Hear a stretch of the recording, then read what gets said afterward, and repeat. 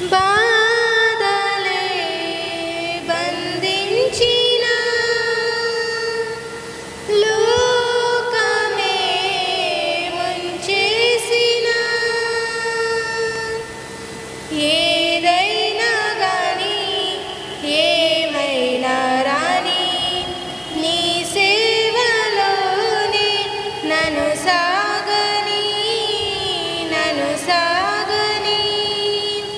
ఎదురీతలైనా ఎదగోతలైనా నీ వైపే చూస్తూ అడుగేయని బలహీన సమయములో బలమందని బలమిచ్చే నీ వైపే పరుగెత్తని బలహీన సమయములో బలమందని బలమిచ్చే నిన్ను చూస్తూ పరుగెత్తని అడుగులు తడబడుతూ ఉన్నా ఆశలు నీరవుతూ ఉన్నా ఓటమి చేరువగా ఉన్నా ఓరిమితో నడుపుము నాన్నా అడుగులు తడబడుతూ ఉన్నా ఆశలు నీరవుతూ ఉన్నా ఓటమి చేరువగా ఉన్నా ఓరిమితో నడుపుము నాన్నా నా పాటకు ప్రాణం మాటకు మూలం నువ్వే నాన్నా నా గుండెను తాకిన మాటల కందని భాషే నాన్నా నా దారిలో అనుకోకుండా ముళ్ళెదురైనా ఊహించని సంగతులెన్నో కళ్ళెదుటున్నా నా దారిలో అనుకోకుండా ముళ్ళెదురైనా ఊహించని సంగతులెన్నో కళ్ళెదుటున్నా ఆశించిన ఫలితం నాకు అందనిదైనా ఆనందమే దరిదాపుల్లో కనబడకున్నా ఆశించిన ఫలితం నాకు అందనిదైనా ఆనందమే దరిదాపుల్లో కనబడకున్నా శోధన బాధలు ఎన్నైనా ఆకలి దప్పులు ఎదురైనా ఓటమి చేరువగా ఉన్నా ఓరిమితో నడుపుము నాన్నా శోధన బాధలు ఎన్నైనా ఆకలి దప్పులు ఎదురైనా ఓటమి చేరువగా ఉన్నా ఓరిమితో నడుపుము నాన్నా నా పాటకు ప్రాణం మాటకు మూలం నువ్వే నాన్నా నా గుండెను తాకిన మాటల కందని భాషే నాన్నా నీ నామము కొరకై నన్ను దూషిస్తున్నా నమ్మికనే వదలాలంటూ వేధిస్తున్నా నీ నామము కొరకై నన్ను దూషిస్తున్నా నమ్మికనే వదలాలంటూ వేధిస్తున్నా నిందలు అవమానాలెన్నో దరినే ఉన్నా నిమ్మలమగు బతుకే నాకు దూరం అయినా నిందలు అవమానాలెన్నో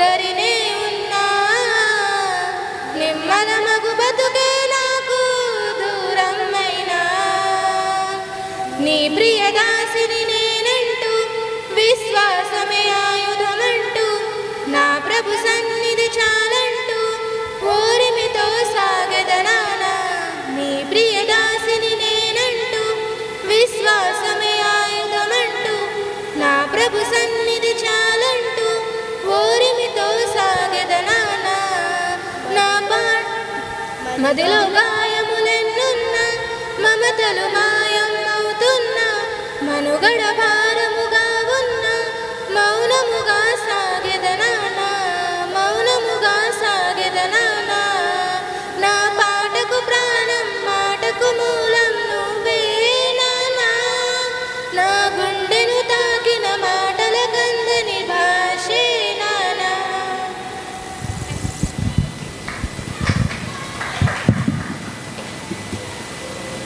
చాలా సంతోషం.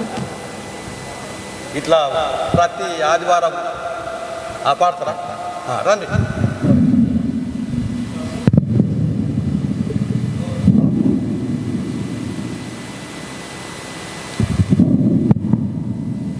అందరికీ వందనాలు. నీదెంత కరుణా కరుణామయా, నీదెంతో జాలి నజరేయా నజరేయా నజరేయా. నీదెంతో కరుణా కరుణామయా, నీదెంతో జాలి నజరేయా నజరేయా నజరేయా. మా పాపమంతా గాయాలుగా దాచావు నీ మీద పూమాలగా.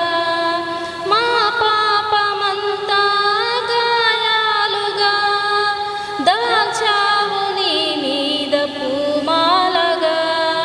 మా కర్మమంతా సిలువగా మోసేము తండ్రి నీ మోపునా. నీదెంతో కరుణా కరుణామయా, నీదెంతో జాలి నజరేయా నజరేయా నజరేయా. ప్రభువా మా పాప ప్రక్షాళనముకై విలమోసినావు నీ రుధిరమే. ప్రభువా మా పాప ప్రక్షాళనముకై విలమోసినావు నీ రుధిరమే. దేవా మా ఆత్మ పరిశుద్ధికై బలిపెట్టినావు నీ ప్రాణమే. నీదెంతో కరుణా కరుణామయా, నీదెంతో జాలి నజరేయా నజరేయా నజరేయా. నీదెంతో కరుణా కరుణామయా, నీదెంతో జాలి నజరేయా నజరేయా నజరేయా.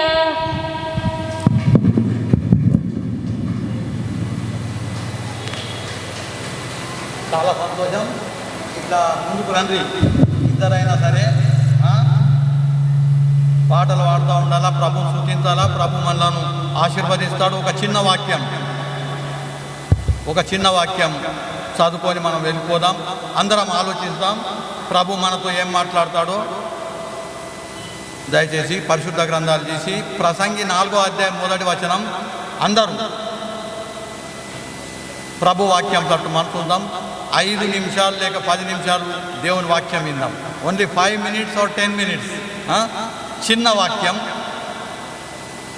ప్రసంగి 4వ అధ్యాయం 1వ వచనం. పిమ్మట సూర్యుని కింద జరుగు వివిధమైన అన్యాయ క్రియలను గురించి నేను యోచించి తిని, బాధింపబడువారు ఆదరించు దిక్కులేక కన్నీళ్ళు విడుచురు, వారిని బాధ పెట్టువారు బలవంతులు కనుక ఆదరించువాడు ఎవడునూ లేకపోయాను.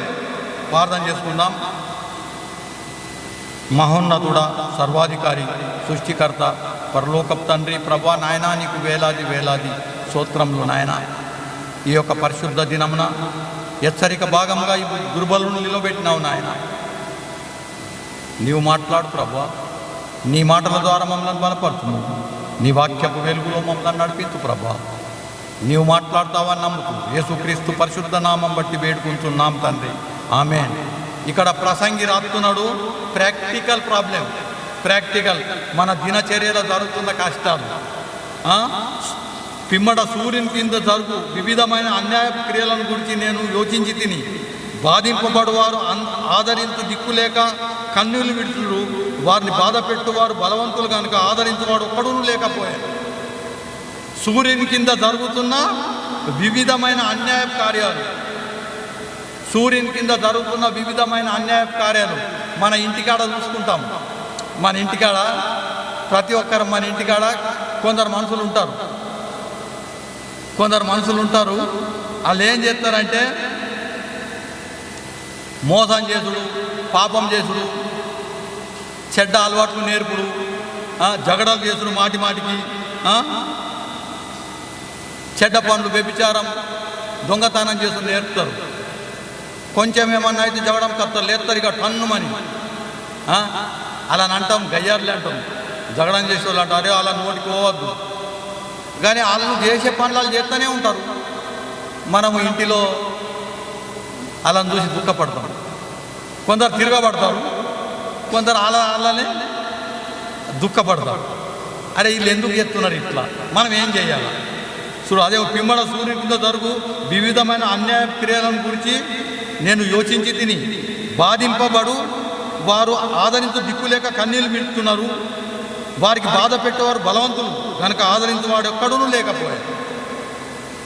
ఇది ప్రతి ఒక్క ఏరియాలో ప్రతి ఒక్క దగ్గర సమస్యలు ఉన్నాయి. ఇవి బాధపరుస్తారు, దుఃఖపరుస్తారు, అనరాని మాటలు అంటారు. కొంచెం ఏదన్నా అయితే గొడవ పెడతారు, కొంచెం ఏమన్నా కావాలంటే గొడవ పెట్టుడు. కొందరు ఏం చేస్తారు, నువ్వెంత నేనెంత అంటే జగడం చేస్తారు. విశ్వాసులో మనం ఏం చేస్తాం, అలా నోటికి జరగదు, మూర్ఖుల దుష్టుల మార్గం నడవద్దని మనం ఇడిచిపెట్టి ఇంట్లో తన తానమే దుఃఖపడతాం. అంతే కదా, ఇది లోకంలో జరుగుతున్నది. ఇప్పుడు నువ్వు టీవీ పొద్దుగల పెట్టి న్యూస్ పెట్టినావు అనుకో, ఈడు ఈయన్ని చంపాను, ఈడు ఈయన్ని కొట్టాను, ఈడు దీన్ని ఎత్తుకొని పాయాను, ఈ స్కూల్లోకి వెళ్ళి పిల్లని ఎత్తుకొని పాయాను, వాడు వాడిని చంపేసాను, ఇవే వింటాం మనం. న్యూస్ పెడితే అన్నీ అవే ఉంటాయి. ఇది లోకంలో జరుగుతున్న చరిత్ర ప్రతి ఒక్కళ్ళ దగ్గర. నేను పాతగా ఉన్నక్కడ మమ్మల్ని అయితే బాగా బాధిస్తుంది. సువార్త మీద కదా ఒకళ్ళు బిందె ఎత్తేసి తనుకులేసి గొడవలు, ఇంకోళ్ళని అంచేసుడు, ఇంకోళ్ళని తిట్టుడు, అన్యాయ కార్యాలు జరుగుతూ ఉన్నాయి. అన్యాయ కార్యాలలో మనము ముంగట పోతున్నాం. ఈ శోధనలు వస్తున్నాయి, ఈ బాధలు వస్తున్నాయి, ఈ కష్టాలు వస్తున్నాయి. ఈ లోకంలో మనం ఉన్నాం. సూర్యుని కింద జరుగు ఈ లోకం అంటున్నాడు. సూర్యుని కింద జరుగు వివిధమైన అన్యాయ క్రియలని నేను చూస్తున్నా. దేవుడు చూస్తున్నాడు మన కష్టాలు, మనల్ని దుఃఖపరుస్తున్నారు, మనల్ని బాధపరుస్తున్నారు, మనతో అన్యాయం చేస్తున్న లోకంలో ఎందరో ఉన్నారు. మనం దుఃఖపడుతున్నాం. ఎన్ని రోజులు ప్రభు ఇంటలేడు అనుకుంటున్నాం, ప్రభు ఇంటున్నాడు.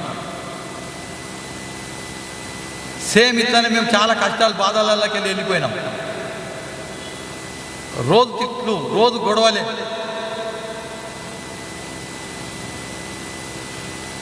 అక్కడికి వెళ్ళి దేవుడు బయటికి తీసాడు, తీస్తాడు. ఇప్పుడేం గొడవలు లేవు. మేము ట్రాన్సిస్ట్ క్యాంప్లో ఉన్నాం, ఆడసుపై గొడవలు లేవు, ఇక్కడ లోవర్ పర ఇక్కడ గొడవలు లేవు. ఒక దినం మొత్తం దేవుడు మనకేం చేస్తాడంటే సమాధానం ఇచ్చేస్తాడు. సూర్యుని కింద అన్యాయ కార్యాలు జరుగుతున్నాయి. అసుంటి మనుషుల మధ్యలో మనం బ్రతుకుతున్నాం. బైబిల్లో సొదొమ గొమొర్రా పట్టణం ఉన్నది. సొదొమ గొమొర్రా పట్టణం చూస్తున్నాడు దేవుడు. ఇది చాలా ఘోరంగా ఉంది. పాపం విస్తరించింది. అబ్రాహాముతో దేవుడు మాట్లాడుతున్నాడు, నేను ఈ దేశాన్ని నాశనం చేస్తా, నేను ఈ దేశం నాశనం చేస్తా. అబ్రాహాం పిలుస్తాను చల్ల తమ్ముని కొడుకున్నాడు లోతాడ. అబ్రాహాం అంటున్నాడు, ఒక 10 మంది ఉన్నా కానీ నువ్వు దాన్ని నాశనం చేయవా? 10 మంది ఉన్నా కానీ చెయ్యాలి. అక్కడ అందరూ అన్యాయం చేసి వెళ్ళే ఉన్నారు. నాశనమయ్యే దేశం. ఆ వచనం చదువుకుందాం. ఆదికాండం 18వ అధ్యాయం 23వ వచనం. ఆదికాండం 18వ అధ్యాయం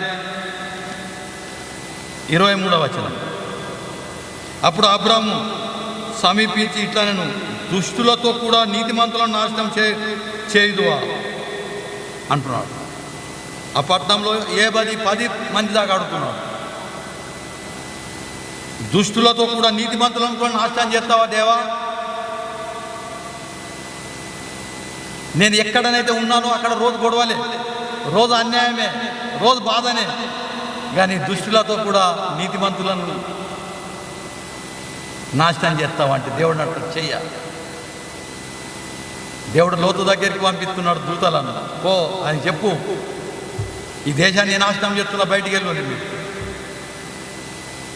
దేవదూతలతో పాపం చేయడానికి ముందుకు వస్తున్నారు. దేవుడు అక్కడంతా అంధకారం చేశాలని బయటికి తీసిండు. అక్కడికి వెళ్ళి బయటికి వండి మళ్ళీ వెనకకు చూడొద్దు. అక్కడ చిన్న దేశం ఉన్నది, అక్కడికి పోతా ప్రభు అంటే ఓకే పో, అక్కడ ఉండక ఇక ఈ దేశాన్ని నేను నాశనం చేస్తున్నా వెళ్ళిపోతారు. కానీ అందులో ఒకటి వెనకకు చూసి ఉప్పు స్తంభం అయిపోయింది లోతు భార్య. ఒకసారి దేవుడు మనల్ని బయటికి తీసినప్పుడు మళ్ళీ వెనకకు చూడద్దు. దేవుడు మనల్ని పరిశుద్ధుల సంఖ్యలో చేర్చిండు. పాపం లోకంలో ఉండొద్దు అన్నాడు, తాగుబోతులతో ఉండొద్దు అన్నాడు, వ్యభిచారులతో ఉండొద్దు అన్నాడు. ఈ దేశాన్ని నేను నాశనం చేస్తాను, ఎల్లు అంటే వెళ్ళాలి, బస్ వెనకకు చూడద్దు. ఈ కష్టాలు, ఈ బాధలు, ఈ తిట్టేటోళ్ళు, కొట్టేటోళ్ళు అందరినీ దేవుడు బయటికి తీసేస్తాడు. మంచి స్థానంలో మనల్ని ఉంచుతాడు. విశ్వాసం ఉంచాలి. నన్ను ఉంచిండు. చాలా డేంజర్ ఏరియాలో ఉంటుంది. బయటికి తీసేస్తాడు. లోతు కుటుంబంను బయటికి తీసాడు. లోతు భార్య వెనకకి తిరిగి ఉప్పు స్తంభం అయిపోయింది. దేవుని సన్నిధానానికి వస్తున్నాం, వాక్యం వింటున్నాం, ఇటే వాళ్ళ ఇక ముంగడికే వాళ్ళ కానీ వెనకపోదు అంటే నాశనం అయిపోతాం. మనం అసుంటి లోకంలో ఉన్నాం. సూర్యుని కింద జరగపు అన్యాయ కార్యాలు జరిగే స్థలంలో దేవుడు మనని ఈరోజు ఉంచిండు. మన పక్కకు చూస్తే అందరూ వాళ్ళే, ఒక్కడు తాక్కుంటూ వస్తున్నాడు, వాడు ఒప్పుకుంటూ వస్తున్నాడు, వాడు తిట్టుకుంటూ పోతున్నాడు. మన మీద కోపం ఉంటే మన మీద అనరాని మాటలు అనుకుంటూ పోతున్నాడు. కానీ మనం వాళ్ళని ఏమంటలేము, మనం తిరుగుబడతలేము. ఎందుకంటే మనం వేసుకోకున్నాం. మీద మనం తప్పించుకొని దేవుణ్ణి ప్రార్థన చేస్తున్నాం. ఎస్కేల్ గ్రంథం 22వ అధ్యాయం 30వ వచనం. ఎస్కేల్ గ్రంథం 22వ అధ్యాయం 30వ వచనం, 705వ పేజ్. నేను దేశమును పాడు చేయకుండానట్లు ప్రాకారము గిట్టుపడుటకును బద్దలైన సందులో నిలుచుటకును తగిన వాడెవడని నేను ఎంత విచారించినను ఒకడైనను కనబడలేదంటున్నాడు.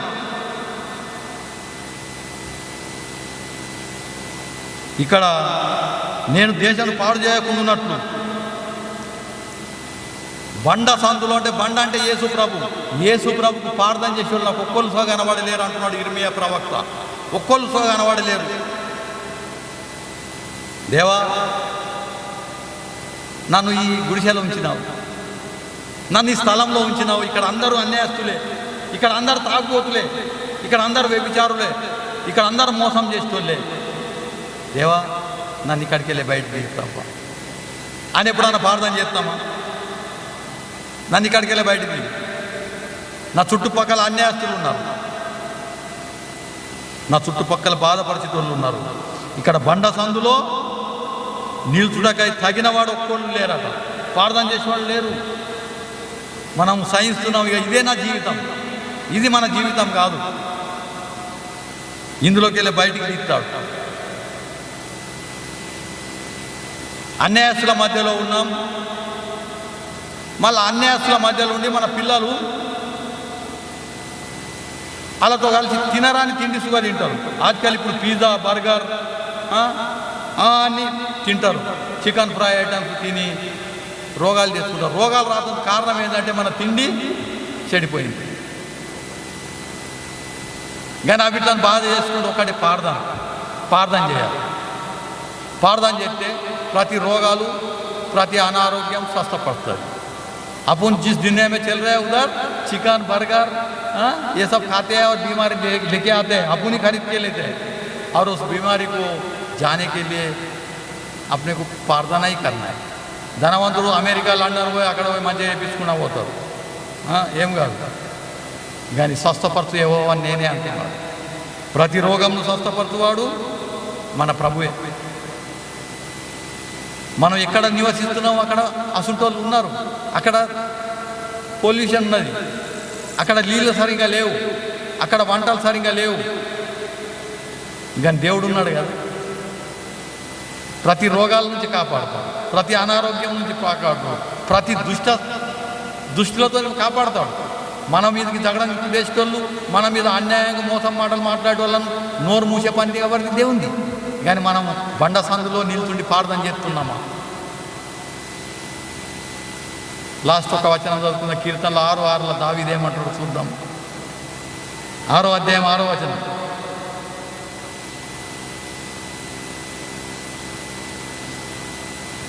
కీర్తనలో 6వ అధ్యాయం 6వ వచనం అందరం చదువుకొని ముగించేద్దాం.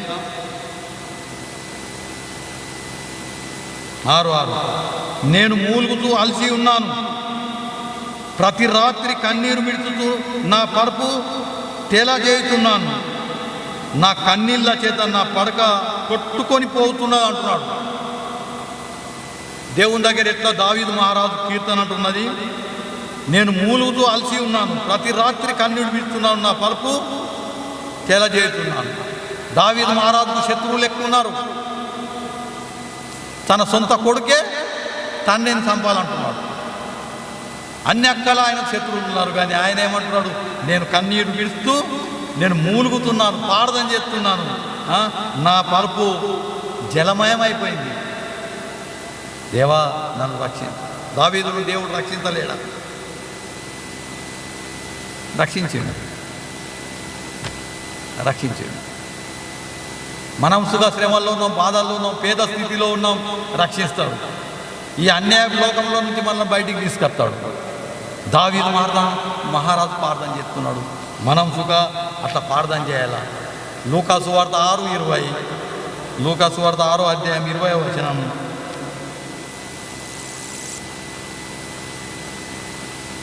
అంతటా ఆయన తన శిష్యుల తట్టు పారదూసి ఇట్లా అంటున్నాడు, బీదలైన మీరు ధన్యులు, దేవుని రాజ్యం మీది అంటున్నాడు. బీదలైన మీరు ధన్యులు, దేవుని రాజ్యం మీది. ఎస్, మనం బీదలమే, మనం ధనవంతులం కాదు. మన పరిస్థితి దుఃఖకరమైందే. మన పక్కకు అన్యాయస్తులే ఉన్నారు, మన పక్కకు మనల్ని చెడిపెట్టోళ్ళే ఉన్నారు, మనల్ని తాగుబోతులను చేసేస్తారు, ఆజా అంటారు, చెడిపెత్తారు, జీవితాన్ని నాశనం చేస్తారు. కానీ బీదలైన వారు మీరు ధన్యులు, దేవుని రాజ్యం మీద అంటున్నాడు. బీదలైన వారిని కనికరించే దేవుడు. నీ కన్నీరు విడుచుదా నేను చూస్తున్నా అంటున్నాడు. లోకం మీద అన్యాయ కార్యాలు జరుగుతున్నాయి. దేవుడు అంటున్నాడు, నేను అన్నీ చూస్తున్నా, నేను నిన్ను బాగు చేస్తా. లోతును బయటికి తీసుకొచ్చినట్ల నిన్ను బయటికి తీసుకొస్తా, ఆశీర్వాదిస్తా నిన్ను. ఖాళీ నువ్వు ఒక్క పని చేస్తావా? కన్నీరు విడిచి ప్రార్థన చేస్తావా? దేవునికి విశ్వాసంతో ఆరాధన చేస్తావా? నిన్ను విడిపిస్తా, నేను విడిపిస్తా. ఈ అన్యాయ లోకంలో నుంచి విడిపిస్తా. బీదలైన వారు ధన్యులు, దేవుని రాజ్యం వారిది, దేవుని రాజ్యం మనది. స్వతంత్రించుకున్నాలంటే దేవుని మీద విశ్వాసం ఉంచాలి. దావీదు మహారాజు కన్నీరు విడిచి ప్రార్థన చేస్తున్నాడు. మనం కన్నీరు విడిచి దేవునికి ప్రార్థన చేయాలా? ప్రభు మనలను, మన కుటుంబంను ఆశీర్వదిస్తాడు. ఈ అన్యాయ లోకంలో నుంచి వేరుపరుస్తాడు. ఆరాధించే స్థలం ఇచ్చిండు, ఆరాధించే సమయం ఇచ్చిండు. దుష్టలోకం నుంచి బయటికి తెచ్చి సమయం సుఖ ఇస్తాడు. దేవుడి వాక్యం దీవించును గాక. ప్రార్థన చేసుకున్నాం. మహోన్నతుడా, సర్వాధికారి, సృష్టికర్త, పరలోకపు తండ్రి, ప్రభువా నాయనా, నీకు వేలాది వేలాది స్తోత్రములు ప్రభా. ఈ సమయంలో నీ వాక్యం ద్వారా మాతో మాట్లాడినావు. సూర్యుని కింద జరగబోతున్న అన్యాయ క్రియలను అవిటిని చూసి మేము బాధపడుతున్నాము, దుఃఖపడుతున్నాము. మా మీదికి దుష్టులు పరిగెత్తుకుని వస్తున్నారు. కానీ బయటికి తీసే మార్గం పరిశుద్ధ గ్రంథం ద్వారా మాకు చూపించినావు నాయన. లోతును బయటికి తీసినట్లు మమ్మల్ని బయటికి తీస్తా అంటున్నావు. బీదలైన మీరు ధన్యులు, పరలోక రాజ్యం మీదని చెప్పినావు. అవును ప్రభా, శోధనలో నుంచి, బాధల్లో నుంచి, కష్టాల్లో నుంచి బయటికి తీసే దేవుడవు. సరి అయిన స్థానం మీద నిలవబెట్టే దేవుడవు. మా రోగాలను స్వస్థపరిచే దేవుడవు. లోకంలో ధనవంతులు బయట దేశాలకు పోయి ట్రీట్మెంట్ చేసుకోగా నాయనా, నీ మీద ఆధారపడి ఉన్నాం నాయన. స్వస్థపరచు యెహోవా నేనే. ప్రతిదానికి నువ్వు ఉన్నావు నాయన. నీపై ఆధారపడి ఉండటానికి సాయం చేయి నాయన. చేరి వచ్చిన మమ్మల్ని అందరినీ ఆశీర్వదించుము. నీ వాక్యం ద్వారా మమ్మల్ని బలపడుతుము దేవా. నీ వాక్యం ద్వారా మాతో మాట్లాడుతున్నావు. నీ మాటలు విలువగలయి. నీ మాటలు ప్రభా మా జీవితంలో అన్వయించుకొని బ్రతకడానికి సాయం చేయి నాయన. సాతాను క్రియలను లయం చేయు, అపవాది క్రియలను లయం చేయు. నీ మాటలు నెరవేర్చడానికి మాకు శక్తి దయచేయి నాయన. నీ మాట ప్రకారం జీవించడానికి శక్తి దయచేయండి. చేరి వచ్చిన మమ్మల్ని అందరినీ ఆశీర్వదించి దీవించుము. రాలేని కుటుంబాలను బలపరచు నాయన. నీ పాదాల సన్నిధానంకి వచ్చి ఆశీర్వాదాలు పొందటానికి మంచి జ్ఞానం దయచేయి. మమ్మల్ని అందరినీ ఆశీర్వదించి దీవించి పంపుతావని నమ్ముతూ యేసుక్రీస్తు పరిశుద్ధ నామం బట్టి వేడుకుంటున్నాం తండ్రి. ఆమేన్. తండ్రి కుమార శుద్ధాత్మకును తగు స్తుతి మహిమలు